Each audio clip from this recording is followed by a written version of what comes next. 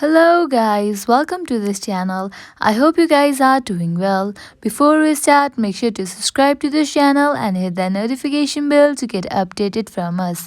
Today in this video, I'm going to teach you to enable dark mode in your Twitter account. Make sure that you are connected to your Wi-Fi and you have already logged into your Twitter account.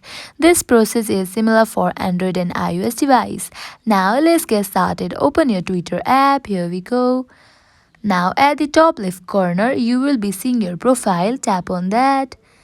Now you will see different options. Go to the options, settings and privacy, which is given at the bottom. Tap on that. Now go to the option accessibility, display and languages. Tap on that. Now again you will be seeing different options. Go to the option display and sound. Tap on that. Now you can see dark mode option at the middle section. Tap on that.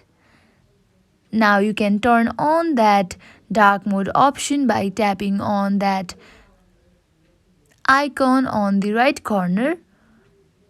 You can see that the theme of dark mode has been enabled. In this way you can enable dark mode in your Twitter account. I hope this video will help you. At last, make sure to like, share and subscribe to this channel. Thank you.